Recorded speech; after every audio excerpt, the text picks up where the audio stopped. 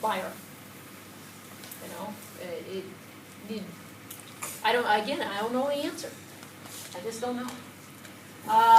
Chile, we lived there for a while. And similar kind of thing in that we went to a Habitat for Humanity.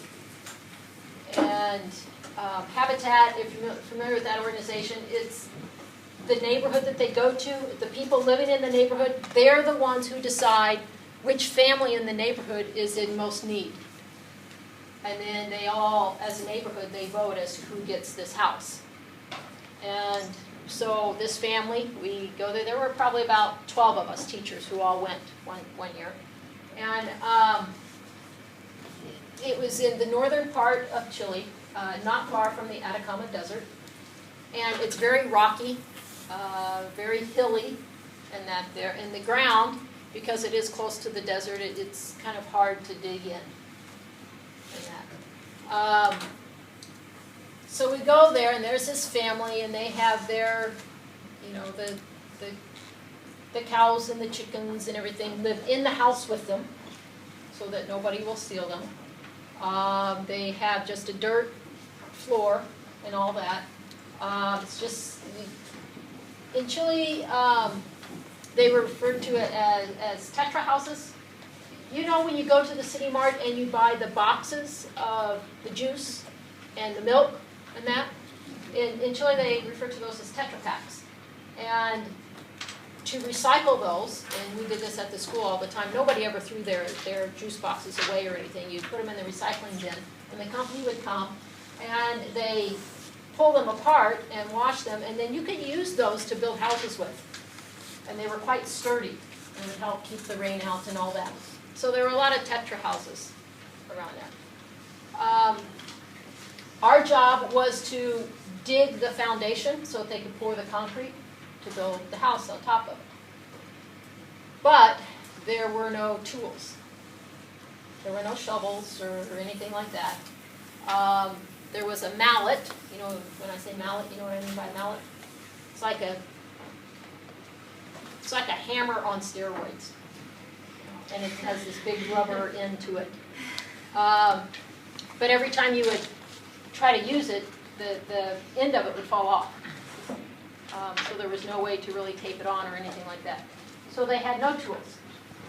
And they had this big, long metal rod, and we first had to pull out all the rocks that were in the ground.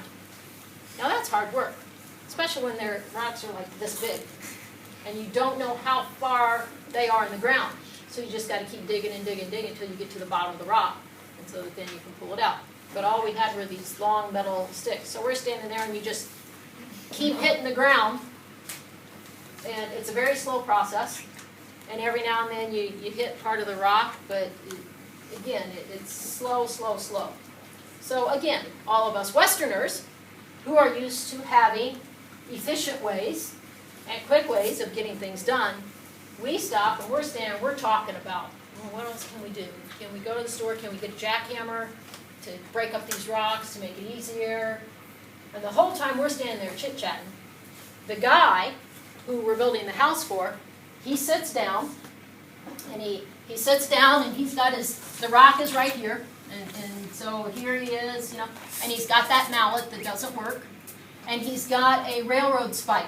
You know what a railroad spike is? It's like a really big nail, but it's this big around that they use to put in railroad ties. So he's got one of those in this mallet. So he's sitting there, and he's just kind of mumbling to himself, and he hits the rock, the mallet falls off, he puts it back on, hits the rock again, the mallet falls, and he did this for hours. He would start at 6 in the morning, and he wouldn't stop until it got dark, and he just kept doing this, and kept doing this. And at night, he would build a fire on top of the rock, and leave it like that, so then the next morning, it would be easier for the rock to crack when he would hit it. He sat with this one rock, because it was right in the way. The house was going to be this square house, and the rock was right there in the corner, so we couldn't do any more of the foundation until we got this rock out of the way. The man sat there for a week doing this. And the last day, he finally breaks up that rock enough that we can get it out of there. And at that time, our Spanish kind of sucked, So we really couldn't communicate with him very well. But afterwards, we said, you know, why did you sit there and just keep doing that? Wasn't that so frustrating? Because every time you have to put the mallet back together. And he just looked at us and said, well, if I don't do it, who will?